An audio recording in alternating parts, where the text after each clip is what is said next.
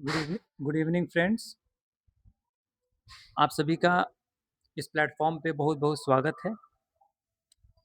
आज हम आपके बीच फिर हाजिर हुए हैं जो करंट अफेयर्स का हमारा सीरीज़ चल रहा है उसको लेकर। देखिए, अगर आप इसे रेगुलरली फॉलो करते हैं और हम इसी तरीके से अगर एमसीक्यू के माध्यम से करंट अफेयर्स को देखते हैं तो किसी भी एग्ज़ामिनेशन के लिए जो करंट अफेयर्स का पोर्शन है वो आपके लिए आसान हो सकता है और आप किसी भी एग्ज़ामिनेशन में अच्छे परफॉर्म कर सकते हैं।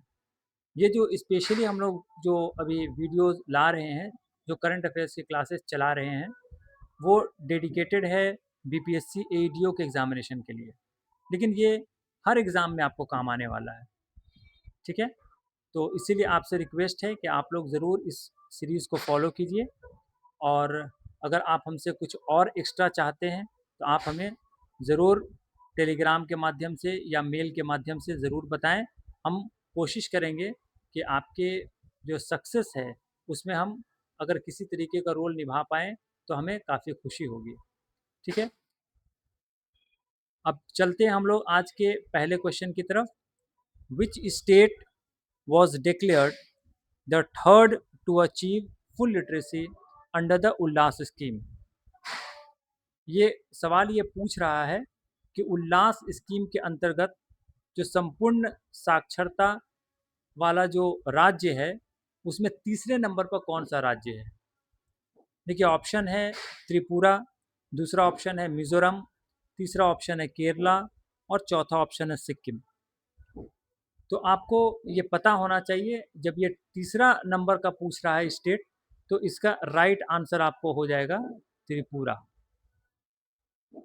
त्रिपुरा इसका राइट आंसर हो जाएगा। इससे जुड़े जुड़े फैक्ट को हम लोग देखते हैं। देखिए, एक नंबर में कौन है फुली लिटरेट स्टेट में? मिजोरम। दूसरे नंबर पर कौन है? गोवा। और तीसरे नंबर पर कौन है? त्रिपुरा। ठीक है। अच्छा, ये जो है उल्लास स्कीम जो है वो किस कार्यक्रम के अंतर्गत आता है? नव भारत साक्षरता कार्यक्रम। ठीक है। इसे कब लॉन्च किया गया था? 2022 में। This scheme is aligned with new education policy 2020। Target audience इसके कौन कौन से हैं, किनको ये देखकर ये डिसाइड करता है कि फुली लिटरेट है कि नहीं? एडल्ट को, एज्ड 15 ईयर्स एंड अबव। ठीक है। 5 कंपोनेंट कौन कौन से हैं उल्लास के? फाउंडेशनल लिटरेसी एंड न्यूमरेसी, दूसरा है क्रिटिकल लाइफ स्किल्स, तीसरा है बेसिक एजुकेशन, चौथा है vocational skills and counting continuing education. ठीक है। नेक्स्ट क्वेश्चंस को हम लोग देखते हैं। Which country is receiving India's first locomotive export flagged of from Bihar? देखिए, ये काफ़ी न्यूज़ में था कि इंडिया अपना जो लोकोमोटिव है, जो इंजन होता है ट्रेन का, उसे एक्सपोर्ट कर रहा है। किस कंट्री को ये एक्सपोर्ट कर रहा है? तो इसको आप जवाब देने की कोशिश कीजिए। पहला ऑप्शन है गिनिया, दूसरा ऑप्शन है घाना, तीसरा ऑप्शन है सेनेगल, चौथा ऑप्शन है नाइजीरिया। ठीक है। तो इसका राइट आंसर आपको हो जाएगा ऑप्शन ए, जो गिनिया है। ठीक है। इससे जुड़े फैक्ट्स को हम लोग देखते हैं। इंडिया का फर्स्ट लोकोमोटिव मैन्युफैक्चर कहाँ पे हुआ था? तो मारवाड़ा फैक्ट्री, सारण, बिहार में। ठीक है। फ्लैग्ड ऑफ किसने किया? तो पीएम मोदी ने किया है। अभी लोकोमोटिव किस कंट्री को एक्सपोर्ट हो रहा है? तो ये गिनिया को हो रहा है। ठीक है। ये 3000 करोड़ रुपए की डील है। 150 लोकोमोटिव्स को भेजना है, एक्सपोर्ट करना है। तो देखिए, ये भी नंबर आप याद रखेंगे, 150। ठीक है। अगले क्वेश्चन की तरफ चलते हैं। Who developed the Pinaka missile system? Pinaka missile प्रणाली का विकास किसने किया? पहला ऑप्शन है इसरो, दूसरा ऑप्शन है डीआरडीओ, तीसरा ऑप्शन है हल, चौथा ऑप्शन है भेल। इसका राइट आंसर आपको हो जाएगा डीआरडीओ। ठीक है। यहाँ पे आप समझने की कोशिश कीजिए कि इसे डीआरडीओ ने डेवलप किया है, मैन्युफैक्चर किसने किया है, टाटा और एलएनटी ने मिलकर। ठीक है, और ये पिनाका 3 और पिनाका 4 का रेंज है। पिनाका 3 जो है 120 किलोमीटर का रेंज है, पिनाका 4 का 300 किलोमीटर का रेंज है। ठीक है, अगले क्वेश्चन की तरफ चलते हैं। Who has been awarded the Bal Sahitya पुरस्कार 2025 फॉर हिंदी लिटरेचर? हिंदी साहित्य के लिए किसको बाल साहित्य पुरस्कार 2025 मिला है? बाल साहित्य पुरस्कार 2025 किसको मिला है हिंदी साहित्य के लिए? देखिए, पहला ऑप्शन है कीर्तिदा ब्रह्म भट्ट, दूसरा ऑप्शन है सुरेंद्र मोहन दास, तीसरा ऑप्शन है सुशील शुक्ला, और चौथा ऑप्शन है आपको त्रिदीप कुमार। तो इसका राइट आंसर जो है, बाल साहित्य पुरस्कार 2025 सुशील शुक्ला को मिला है। ठीक है, टोटल कितने लोग विनर हैं, विनर हुए हैं इसके? 24 विनर्स अभी तक हुए हैं। ठीक है, आप यहाँ पे देखेंगे कि देखिए हिंदी के लिए किसको मिला है बाल साहित्य पुरस्कार, तो सुशील शुक्ला को। असामीज के लिए किसको मिला है, असामी भाषा के लिए, तो सुरेंद्र मोहन दास को। इंग्लिश के लिए किसको मिला है, तो नितिन कुशल अप्पा को। और तमिल के लिए मिला है विशु गुरम सर्वानयन को। ये भी आप फैक्ट को जरूर याद रखेंगे। ठीक है, ये फैक्ट को भी आप लोग जरूर याद रखिएगा। ठीक है, चलिए हम लोग अगले क्वेश्चन की तरफ चलते हैं।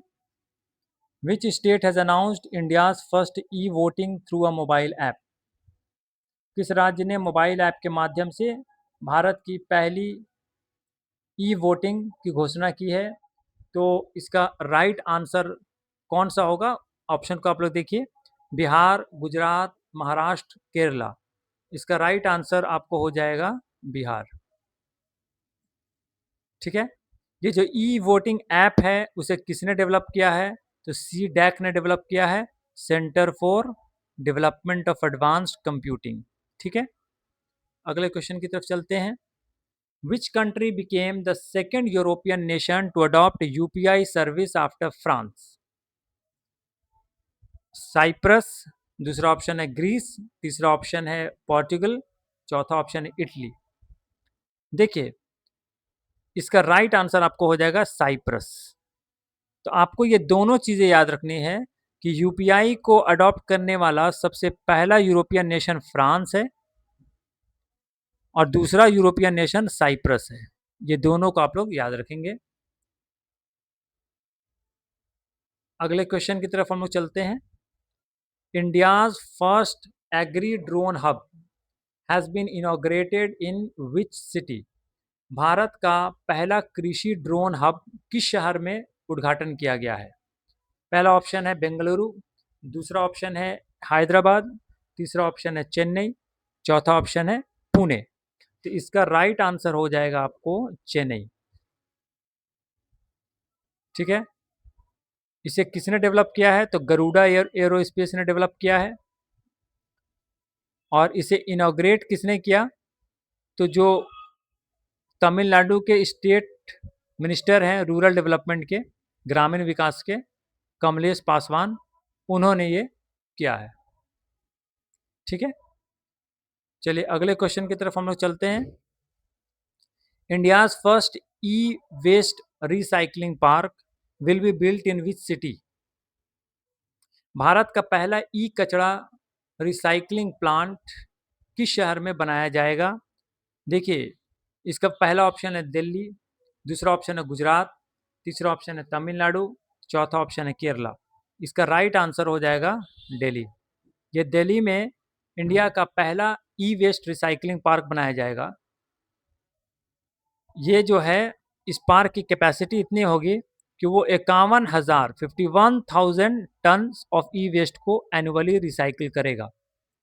ठीक है, अगले क्वेश्चन की तरफ चलते हैं। Under which section of the census act 1948 has the government of India notified the census 2027? ये जो सेंसस 2027 में गवर्नमेंट ने नोटिफाई किया है कि हम लोग कराएंगे, तो वो किस सेक्शन से उनको अधिकार मिला है और किस सेक्शन के अंतर्गत उन्होंने इस नोटिफिकेशन को निकाला है, जो सूचना को निकाला है। तो आप देखेंगे पहला ऑप्शन है सेक्शन 4, दूसरा ऑप्शन है सेक्शन 2, तीसरा ऑप्शन है सेक्शन 3, चौथा ऑप्शन है सेक्शन 5। इसका राइट आंसर हो जाएगा सेक्शन 3। ठीक है, देखिए इससे जुड़े और फैक्ट्स को हम लोग देख लेते हैं। जो ये जो ये सेंसस है वो 2 फेज में होगा। पहला फेज होगा हाउस लिस्टिंग फेज, दूसरा होगा पॉपुलेशन इनुमरेशन फेज। पहले वाले में घर को लिस्ट किया जाएगा, दूसरे में तब पॉपुलेशन को लिस्ट किया जाएगा। ठीक है, जैसा कि आप सभी लोग को मालूम है कि पहली बार सेंसस इंडिया में कब हुआ था? 1872 में, लॉर्ड मयो के समय में। 1881 में ऑर्गेनाइज्ड सेंसस पहली बार हुआ था। ये किसके समय में हुआ था? लॉर्ड रिपन के समय में। ये भी फैक्ट्स को आप लोग जरूर याद रखेंगे। ठीक है, और चलिए फिर हम लोग चलते हैं अगले क्वेश्चन की तरफ। विच country became the 101st WTO member to accept the fisheries subsidies agreement? पहला ऑप्शन है इंडिया, दूसरा ऑप्शन है निकारागुआ, तीसरा ऑप्शन है ब्राजील, चौथा ऑप्शन है ऑस्ट्रेलिया। इसका राइट आंसर हो जाएगा इंडिया। राइट ऑप्शन क्या हो जाएगा? इंडिया। और आपको याद रखना है कि फिशरीज सब्सिडी एग्रीमेंट को एक्सेप्ट करने वाला इंडिया कितने नंबर का स्टेट है? 101। ठीक है, और इससे जुड़े एक फैक्ट्स आपको याद रखना है कि ये जो फिशरीज सब्सिडीज एग्रीमेंट है वो कब से लागू हुआ, कब एनफोर्स हुआ? तो इसका राइट आंसर आपको हो जाएगा 15 सितंबर 2025। इस डेट को आप लोग ज़रूर याद रखेंगे। ठीक है,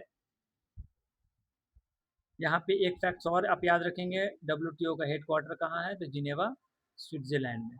ठीक है, आगे हम लोग अगले क्वेश्चन की तरफ चलते हैं। Lee Jae Myung became the new president of which country? Lee Jae Myung किस देश के नए राष्ट्रपति बने? पहला ऑप्शन है जापान, दूसरा है साउथ कोरिया, तीसरा है चाइना, चौथा है थाईलैंड। इसका राइट आंसर हो जाएगा साउथ कोरिया।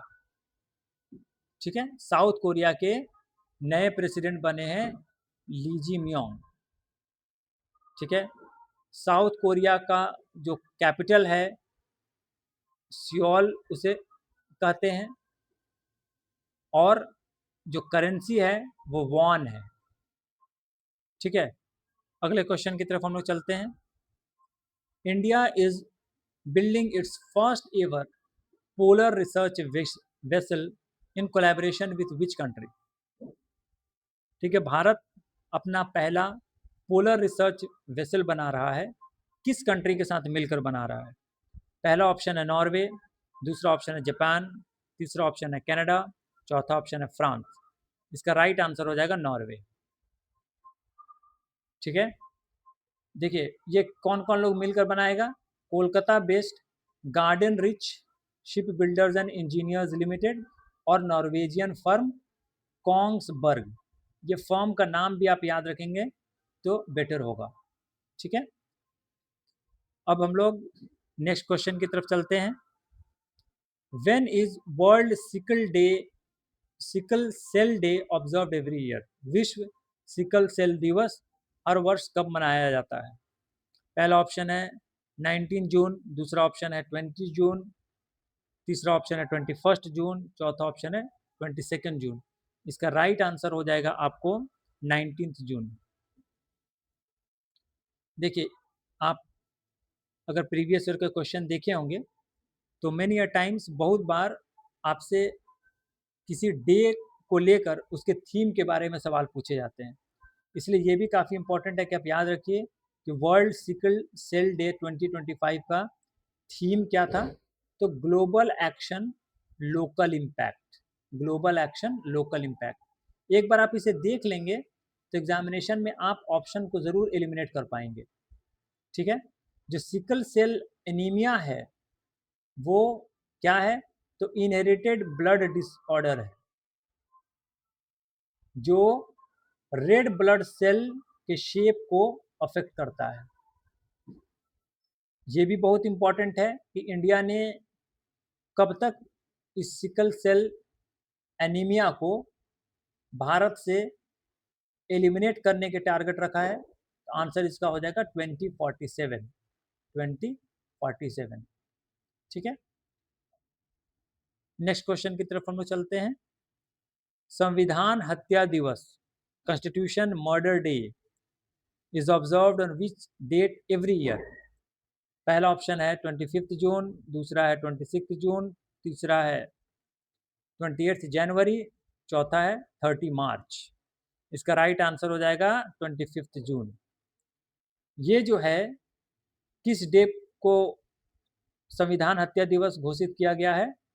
25 जून इसलिए घोषित किया गया है क्योंकि 25 जून 1975 को इंदिरा गांधी ने नेशनल इमरजेंसी लगाया था। तो इसी डे को अब संविधान हत्या दिवस की तरह ऑब्जर्व किया जाएगा। ये भारत सरकार ने फैसला लिया है, ठीक है। अब अगले क्वेश्चन की तरफ हम चलते हैं। When is International Yoga Day celebrated every year? हर साल अंतर्राष्ट्रीय योग दिवस कब मनाया जाता है?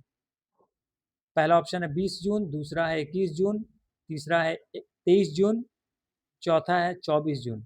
इसका राइट आंसर हो जाएगा 21 जून, ठीक है। इसे किसने घोषित किया है कि 21 जून को इंटरनेशनल योगा डे होगा? तो यूएन जनरल असेंबली ने घोषित किया है। पहली बार कब सेलिब्रेट किया गया था? तो 2025 में। और इसका थीम क्या है 2025 वाला इंटरनेशनल योगा डे का? Yoga for one earth one health, ठीक है। तो हम लोगों ने आज इतने सारे क्वेश्चंस को देखा, उससे जुड़े फैक्ट्स को देखें। आज के लिए बस इतना ही।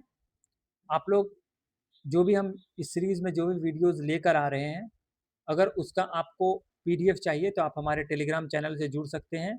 वहाँ पर पीडीएफ अवेलेबल है, आप वहाँ से डाउनलोड करके बार बार इसको रिवाइज कीजिए। हमारी यह कोशिश है कि मोस्ट इम्पॉर्टेंट क्वेश्चंस को पहले कराया जाए, मोस्ट इम्पॉर्टेंट टॉपिक को पहले कराया जाए, जहाँ से मैक्सिमम सवाल पूछे जाते हैं। और मुझे ये लगता है कि अगर आप इस सीरीज़ को फॉलो करते हैं तो आपके लिए जो करंट अफेयर्स की जर्नी है और जो आप एग्जामिनेशन निकालना चाहते हैं, आप आसानी से करंट अफेयर्स वाले पोर्शन को हैंडल कर पाएंगे अगर आप इस सीरीज़ को फॉलो करते हैं तो, ठीक है। तो आप लोग इस हमारे यूट्यूब चैनल को आप लोग ज़रूर ज्वाइन कर लीजिए और सब्सक्राइब करने के बाद नोटिफिकेशन बटन को भी क्लिक कर दीजिए कि जो भी मैं वीडियोस लेकर आऊँ आप तक उसका नोटिफिकेशन चला जाए, ठीक है। चलिए तो फिर हम आपसे मिलते हैं नेक्स्ट वीडियो में। तब तक के लिए good bye, all the best, thank you very much.